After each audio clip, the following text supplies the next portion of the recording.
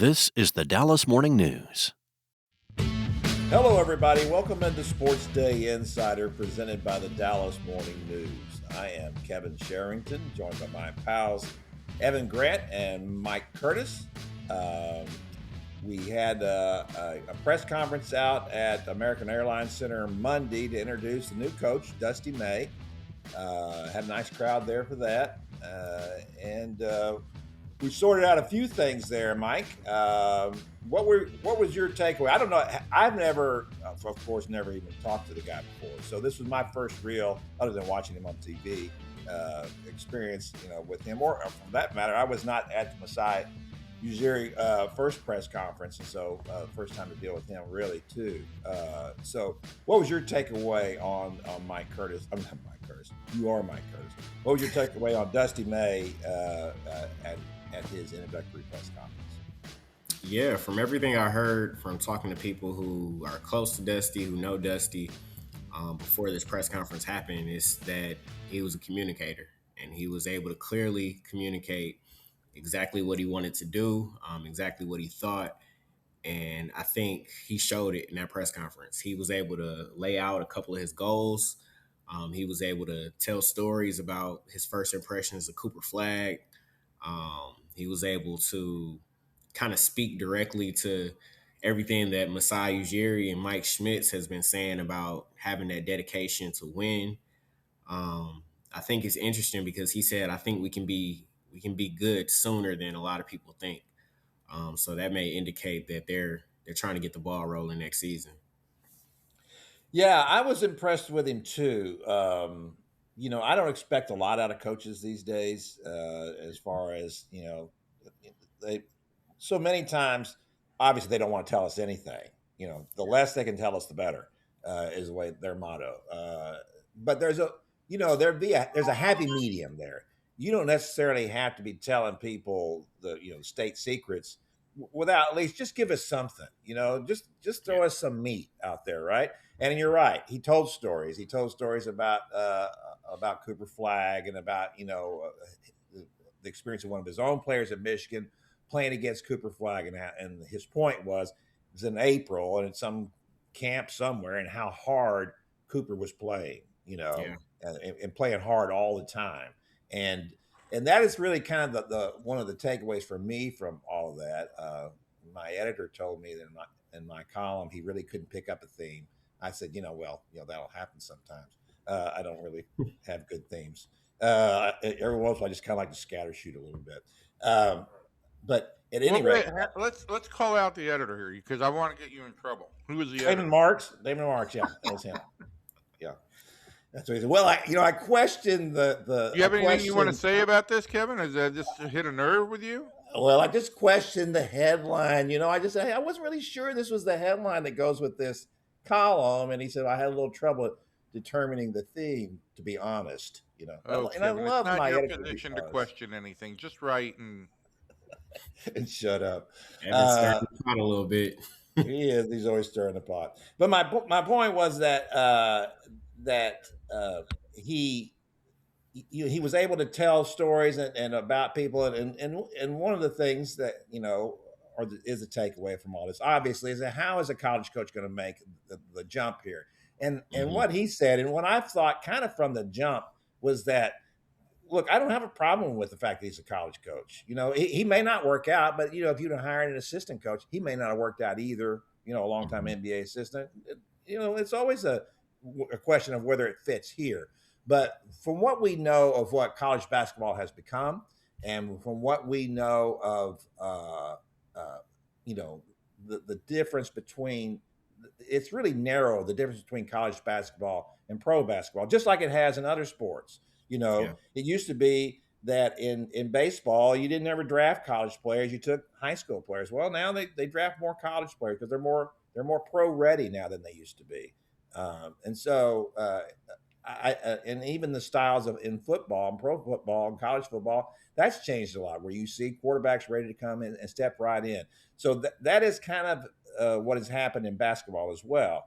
And I think one of the things that stuck with me, and I don't know if this did with you, but when you talk about one of the things that Dusty said after they won the championship is that we were all outcasts, meaning himself, the players that transferred there, and by that he meant guys who were just kind of worked their way up. They weren't necessarily blue bloods and got to where they are. They're hard workers, they're grinders, and that's certainly what Dusty May is. He's a grinder. He's a guy. He's a basketball junkie, a guy who loves to go watch basketball, go watch it in Europe and see all that, and I think when you look at the fact that he wanted to come here, he talked about checking the boxes, right? Yeah. And when Brad Townsend asked, "What boxes are you talking about?" It was A, DFW airport, so his wife can go see his kids or their kids anytime she wants to. B, Cooper Flag, and maybe that was really first, Cooper Flag, and C, no state income tax. And so pretty big things there, right? But the fact is that we all know what kind of player Cooper Flag is, right? And now who do they draft with their first pick? Well, they got Mavs Johnson Jr. from Michigan, and he's a very defensive, lengthy, big man. He's going to be very crucial to that front court. And Dusty May was actually asked about just the fact, like playing bigger lineups. You got all this size and versatility. You got Derek Lively whenever he comes back healthy. You got PJ Washington. You got Cooper Flag. You got Mavs Johnson, Najee Marshall, Caleb Martin. We don't know what the roster is going to look like, but you got a lot of guys who can defend, who are long. And he was asked, like, do you plan on playing bigger lineups? And I thought his answer was really insightful. He said, one, he hopes to accomplish two things. He has two goals. One, to be enjoyable to watch for our fans. And two, is to be equipped to win any type of game, a regular season shootout, a knockout slugfest, or a playoff slugfest. With that, you need lineup versatility, you need a deep roster, and you need guys who really care about playing off of each other. I thought that was really interesting because if we look at how the Mavericks have played over the last two seasons, especially since Luka Doncic got traded to the Lakers, it hasn't been fun. It hasn't been enjoyable. Brutal would be my word for it. Some nights I don't know how they're going to score. I think sometime last season, Cooper took a game off, but he wasn't able to play. And I straight up asked Jay Kidd, where are you going to get your offense from? And he couldn't do anything but laugh just because he knew what he was working with if Cooper wasn't on the floor. So this is a team that needs three-point shooting. They need secondary playmaking. So there's a lot of work that needs to be done going into free agency. But I thought that was really interesting from what Dusty said about just having that versatility. All right, so let's talk a little bit about the free agency because now that is underway, and we see guys getting retained. I say like Kristaps Porzingis signed a 2-year deal with the Celtics, which was I think was fairly team friendly, which they had to do. They had to have a big man. They didn't get Giannis Antetokounmpo, and that is going to be sticking their craw probably all off season. So. I don't think that and we found out that Kawhi Leonard, that was not happening. He is probably going to Toronto, right? And so I would expect probably no big swings here. I'm not going to rule it out. The possibility of something happening, like you said, because Dusty did say they'd like to win sooner than later. But give me an idea of who you think will be coming back. Who was on the roster last season? Yeah, so they're gonna have 4 free agents, unrestricted free agents. That is Marvin Bagley III, Chris Middleton, Dwight Powell, and Brandon Williams. 4 different guys who give you different things. Obviously, Dwight has been a mainstay for this roster for the last 12 seasons, longest tenured Maverick. He's seen the Dirk Nowitzki era, the Luka Doncic era, and the first year, the Cooper Flag era. So he's a guy that's seen it all. He's a vet, very much enjoyed in the locker room. But I'm curious to know whether Masai Ujiri values his experience, his institutional knowledge, or if he needs someone who can who can play. And Dwight plays hard when he's out there, but he's not as explosive as, say, a Musa Cisse, who they extended the qualifying offer to, made him a restricted free agent. So they'll be able to bring him back if they want to. Marvin Bagley III, he provides floor spacing. He can put the ball on the floor and score. So he gives you a different skill set from kind of some of the other Dallas big men that we're used to. We're used to seeing guys like Gafford and Lively, rim runners, lob threats. That's not Bagley's game per se. So I think he'll have a lot of interest. The thing about it, he's gonna, especially after the year he had and how he finished the season, he's gonna have a lot of attention from other teams, and he could command more than the mid-level exception, which is $15 million. I know Dallas has that to work with. Chris Middleton, I don't see as a guy who could be back. Honestly, I think he wants a bigger role, and coming back to this team where he's going to be playing behind Kyrie Irving, Cooper Flag. Obviously, I mentioned all those wings earlier and forgot to mention Chris Middleton. So I think that just goes to show that they already got a log jam at the forward spot, but they do need someone who can put the ball in the basket. And if he does end up staying, he could stay, but I don't know how big of a role he'll have. I think the most likely of these four who could stay is Brandon Williams. This is a guy who pretty much played in place of Kyrie Irving last year while he was recovering from his ACL surgery, and he had an opportunity to start some nights. Ryan Nembhard had an opportunity to start some nights, but this is a guy who they need a backup point guard, and I think if Brandon Williams is your backup point guard behind Kyrie Irving, you're getting a little bit of the same type of player because of his ability to drive and go to the basket and finish. He definitely needs to work on that 3-point shot this offseason because he took a significant dip last year. If he can come back and kind of be that offensive force that we know he can be, he wouldn't be a bad option for the backup point guard spot. Yeah, I think that's right. I think that would be the guy I would prioritize over those four. And then I'd like Bagley to come back, but he's not going to come back for $15 million. He's going to get more than that because he does give them a stretch for a little bit. They haven't had that kind of thing, as you noted, for a while, and they do need. I think that just hadn't been a priority for them. And it's interesting that the Mavericks were able to, they in their own way, they kind of, in my estimation, made centers popular again. I mean, when they traded for Daniel Gafford, everybody just thought, a lot of people thought, well, this is crazy. Why would you do that? Yeah. And then of course drafted Derek Lively, and that worked out great as long as Lively was upright and on the floor. But I think they do need to make themselves a little more conventional in from that standpoint. So do you feel like there's going to be any great push for any free agents out there? So we're getting a little bit into the weeds with what I got planned today as far as my story, but I got a list of 5 free agents that they could potentially go after if they can make the finances work.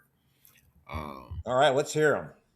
Yeah, it's got four guards, and we got a big on here. We got Bruce Brown, Denver Nuggets.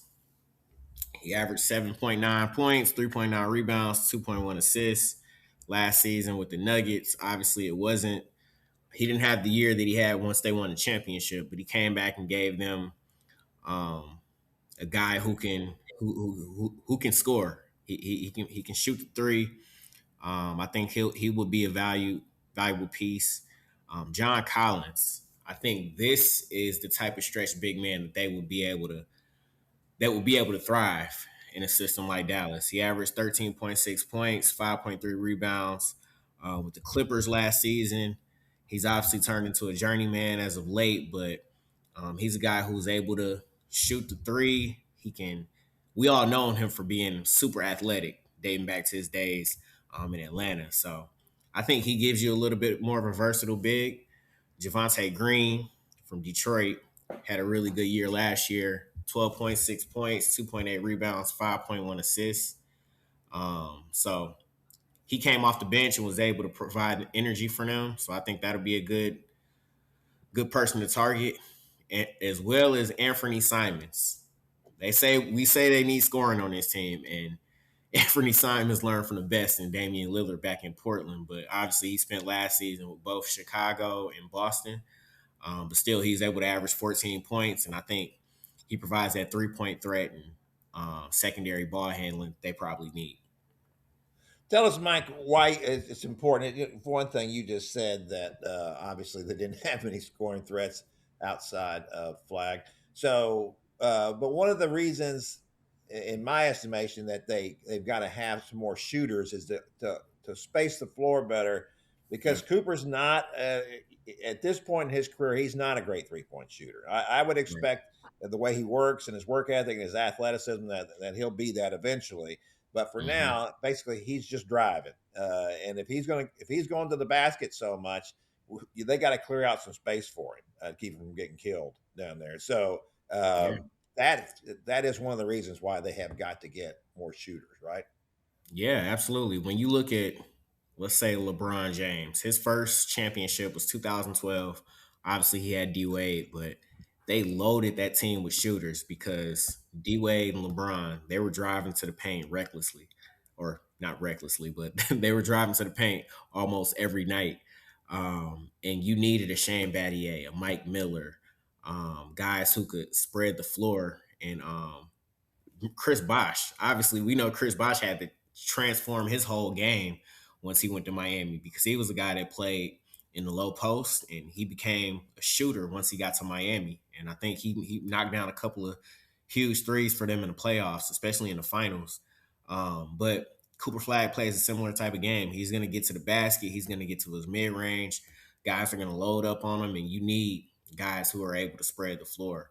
Obviously, you got guys like Max Christie right now and Klay Thompson, but who knows how long Klay Thompson is going to be on his roster. So you need guys who are able to be knockdown shooters, because this team finished 29th in 3-point shooting last year, which is abysmal. You gotta increase that production, especially if you want to compete in the West.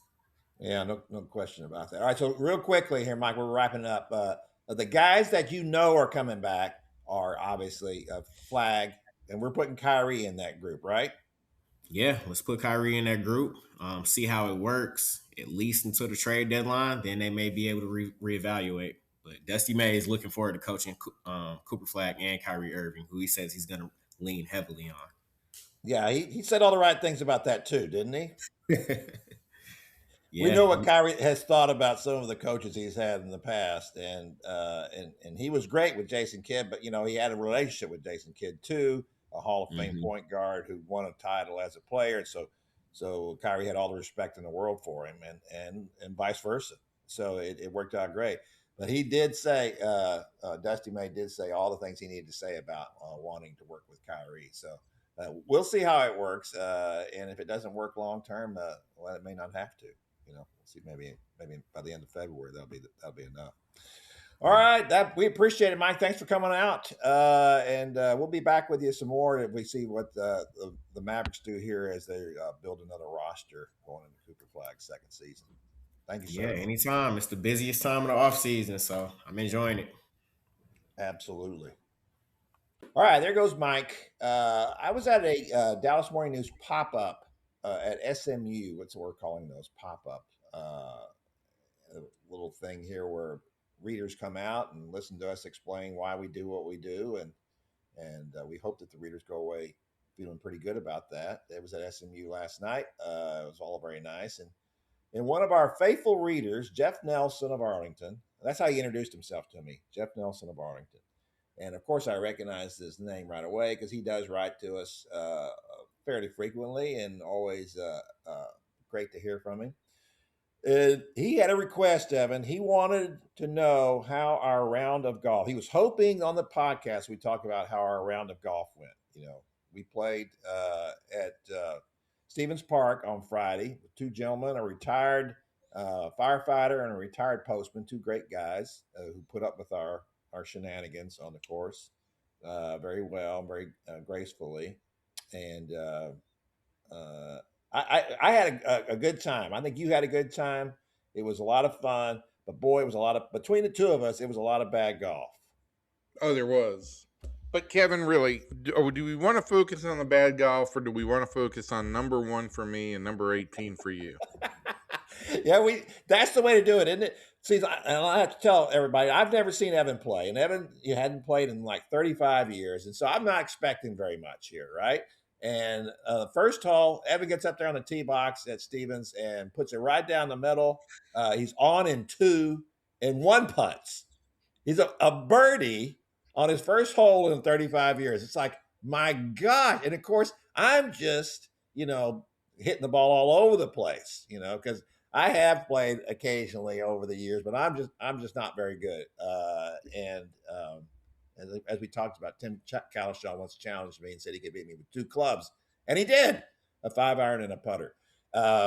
So at any rate, but Evan played really well. And then it was hot out there, and we didn't really have anything to eat or do any of that kind of stuff. And I think Evan kind of ran out of gas a little bit there. And I think it started to sink in. Just the pressure of that first hole finally started to sink in. The pressure of I mean, I have not hit 3 consecutive golf shots that well in my life, because the birdie putt was 12 or 14 feet away. I mean, it was not, a gimme. And so to actually hit a putt well, to finish off a hole was a nice touch. And I was pleased with the way I played, and Kevin's a great partner to play with. And anybody who wants to come and play with us, I guess they should. They should just come and watch. I don't think they should, actually. But it did turn out better towards the end, and it was fun. No, we had a good time. I love that course. It's a great course, man. It's a great city short. course. It's really short. And when you play because the other guys want to play from the senior tees, so you're knocking off like 100 yards sometimes on some holes. So, but it was fun, and I enjoyed it.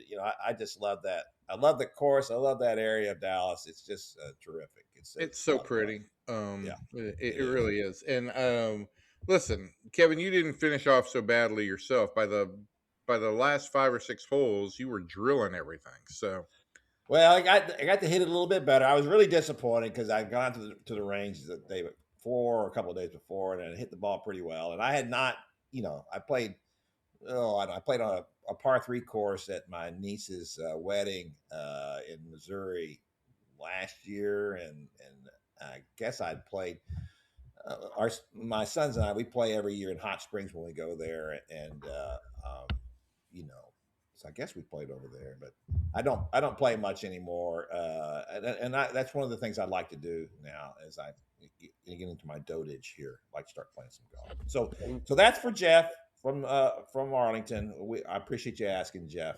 I hope that was. And we'll keep up with all our golf reports, because this is going to become a regular thing. Me and you. It's going to be a golf podcast. That's what it's going to be. Yeah, we'll talk about that guy Scotty Scheffler and how he does. And I thought Scotty was going to win that playoff at the Travelers the other day. He did a great job coming back. Maybe that's what we'll do. We'll go out and play around with Scotty Scheffler and do the podcast while we're playing around.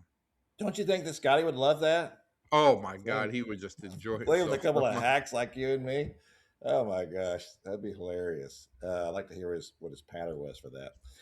All right, well, let's move on to something more interesting to the listeners, and that would be the Rangers, who last week Evan told me I should just write off the Rangers. I should say the season is over and this is it. And so, because I just do what I'm told, that's what I did in the Sunday column, in which I said that Ray Davis is not going to pay to bring in whatever that they need, because now they're needing so much. They need pitchers. They need starting pitchers. They need a starter. They need a reliever. They maybe need a hitter. That's a lot to get at one deadline, and there's no way Ray Davis is going to do that. So, of course, what do the Rangers do? They reel off 6 straight wins. Five as we record this. 5 as we're recording this. That's as many as they've won in a row all year. Sweep the Blue Jays in Toronto. Not just a sweep, but a 4-game sweep. I mean, nobody wins 4 games on the road in a series. I mean, Listen, Evan, as we when's the record last this time that's happened? as we record this on Tuesday, well, the Rangers did it in 23. They swept Toronto in 4 games in 23 in September as they were starting to get things back together. So And you're maybe saying this is a sign they're going to the World Series and winning because they did the same thing they did in 2020. maybe there's an omen there. I don't know. But here's, Kevin, the thing that stands out, right, is you win those first 2 games in Toronto and you go all out to win them because you know you've got no starter on Saturday and you're not sure what you're going to get from Rocker on Sunday. And then you have no back end of the bullpen guys available either day because you had worked Latz and Junis so hard early in the series. And then then Wyatt Langford gets scratched with a hamstring injury and ends up on the IL, and it just goes on and on. And so, what they have done over the last 5 games, they've won 2 games started by as bullpen games. They won 3 straight now without Langford. They had on Monday they had Langford, Peterson, Seager, and Brandon Nimmo, who now has a sprained AC joint in his shoulder, on the bench, and they still beat, a Cleveland team that's above 500. And it's really hard to predict this.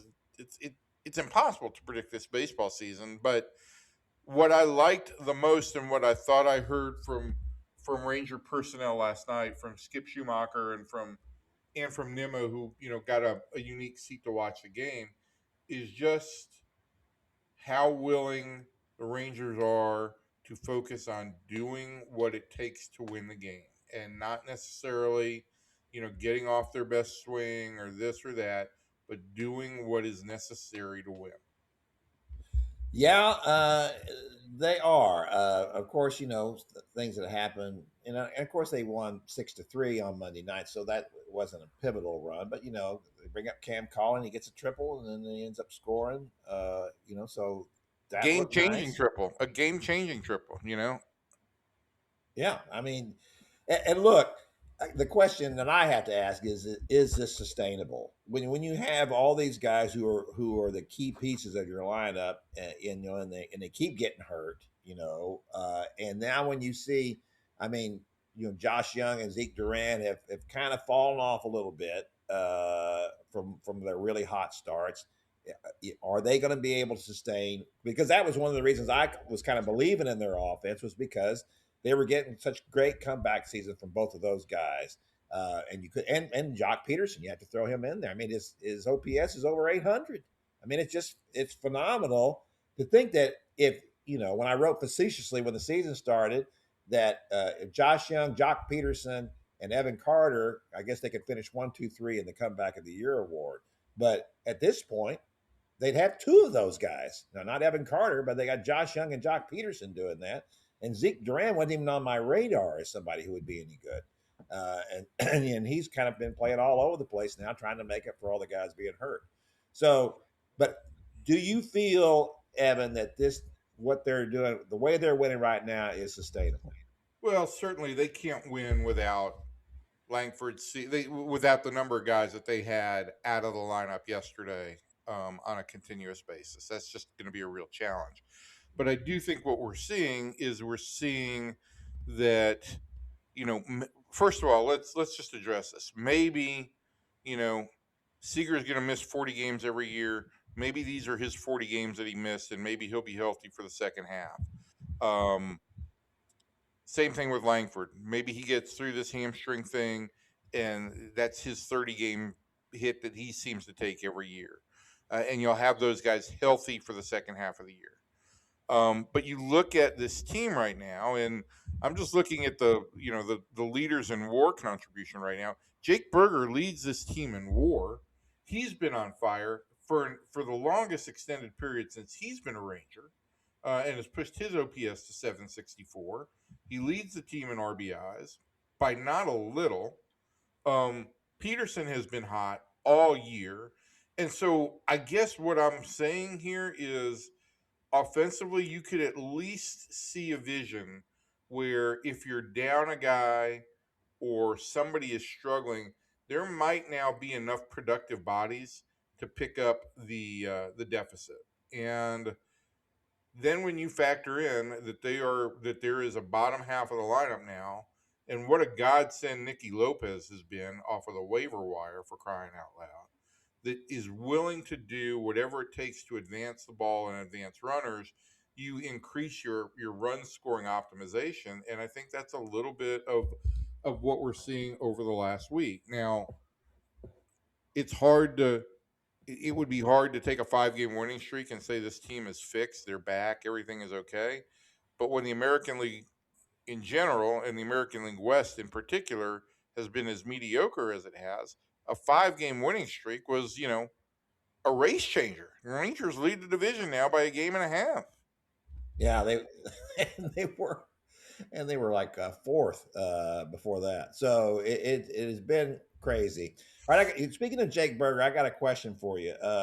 He told Sean McFarland and the media up there the other day, he was talking about one of his teammates and how he had played through an issue. I can't remember who the teammate was at this point, but the quote was, he showed a warrior mentality, which is something we need to see more of on this club. And I'm wondering, what do you think he meant by that? Listen, I think he was talking about Cal Quantrill and the start that he made, right? Maybe. Um, Yeah, that's what it was. You're right. That's what it was. And I think again, it's just this.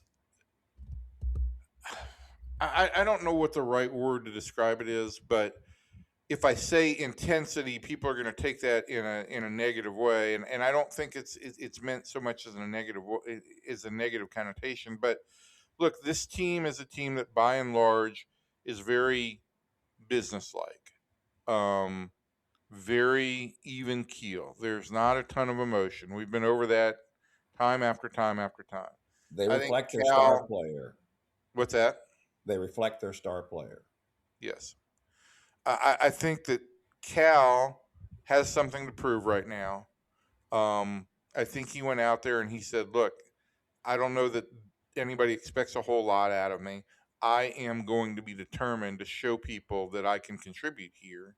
And there haven't been a whole lot of statement outings like that for guys on the bubble. And so I think that's part of it. And then, I do think this team could, for lack of a better term, ramp up a little bit how they go about things. And I do think you're seeing little bits of that, but I'm struggling with words here just basically because, you really are struggling. I mean, the bottom line is, the bottom line is he's challenging his teammates to, like, guys, let's really put it into overdrive here. And I don't think that was unwarranted. Yeah, I don't think so either. And I think that's probably what he meant too, but you don't think he was pointing at anybody in particular? No. Okay. Okay. Yeah, that would have been surprising to me. That's not the kind of guy Jake Berger is. Is not going to call people out publicly. At any rate, yeah, I think they could use a little bit more of that too. No question about it. That's one of the things when Adolis Garcia got hurt in Cleveland, they talked about how much they were going to miss him because he kind of started to heat up. But one of the things that Donnie Ballgame talked about was that how popular he was in the clubhouse and how much he meant to them. And, that was the same thing he brought here, right? That he had that kind of personality and that he was that kind of player, and certainly a dramatic player. He just, it was time for Adolis to go. But he was, to me, the essence of that World Series team. Just the way he played and the drama that he brought to all of it. It was just a lot of fun to watch. And there's not a lot of guys on that team like that now. There are guys that play hard, but they don't always deliver, or pretty much hardly ever deliver. And that's been kind of the issue so far. So let's talk about a a little bit here. So last year, as you pointed out, and as you made me write in that ill-fated column that ran on Sunday, that last year they got to 5 games over 500 at the trade deadline, and things still didn't work out. So, what do you think? What's the number you think they got to get to before Ray Davis says, "Okay, all right, I'll pay for this"? Well, listen, I mean, I think last year they got the 5 games over. The difference, obviously, is the makeup of the division. Right. They get the 5 games over 500 at the All Star break. It means at the around the deadline, means they've played right now another 4 games above 500 for the rest of the month, and it probably means they've held on to the division lead. Last year they were still fighting for a wild card spot. We're within a game or so of the division. But they were playing from behind. The whole difference is perception, right? If you're playing from in front and you're playing to win the division, now it's a different perspective. It's a different perspective, and my indications are that Ray would add some payroll. How much, I don't know.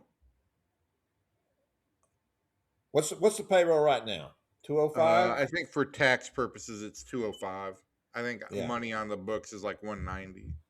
So 205. That means he's 40 under, right?